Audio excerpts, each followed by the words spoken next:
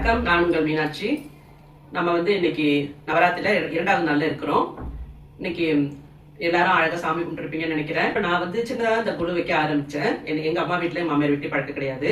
நான் இஷ்டப்பட்டு ஆசைப்பட்டு இந்த குழுவை நான் வைக்க ஆரம்பித்தேன். 3 பேர் பொண்ணுங்க இருக்கிறதால எல்லாரும் குழு வைங்க விசேஷம்னு சொன்னாங்க. நான் அந்த மாதிரி வச்சேன். ரொம்ப நல்லாவே சிறப்பாக அமைஞ்சிட்டு இருக்கு. அதே மாதிரி வருஷம் நான் ஏதாவது சாமி புதுசாக ஒன்றுனா வாங்குவேன். இந்த வருஷம் நான் மீனாட்சியும் திரிபுர சுந்தரி வாங்கினேன். பாலா திரிபுர சுந்தரியும் மீனாட்சியும் நான் வாங்கினேன். நிறைய இடத்துல வந்து எல்லா சாமி இதெல்லாம் கிடைக்கிறது இல்லை. நம்ம தமிழ்காரங்களாம் வந்து பார்த்து வாங்குற மாதிரி நான் மல்லேஸ்வரத்தில் ஒரு கடையில் வாங்கினேன்.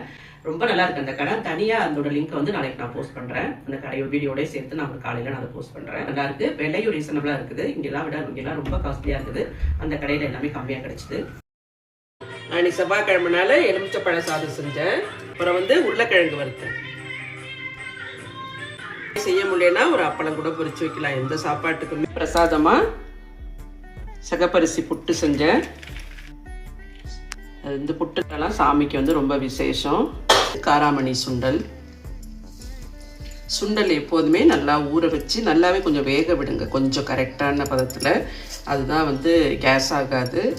நல்லா பெருங்காயம் எல்லாம் தூக்கலாக போட்டு தாளிக்கணும். நீங்க எல்லாம் இன்னைக்கு என்ன ஸ்வீட் சுண்டல் பண்ணீங்கன்னு எனக்கு கமெண்ட் பண்ணுங்க. Thank you, bye by.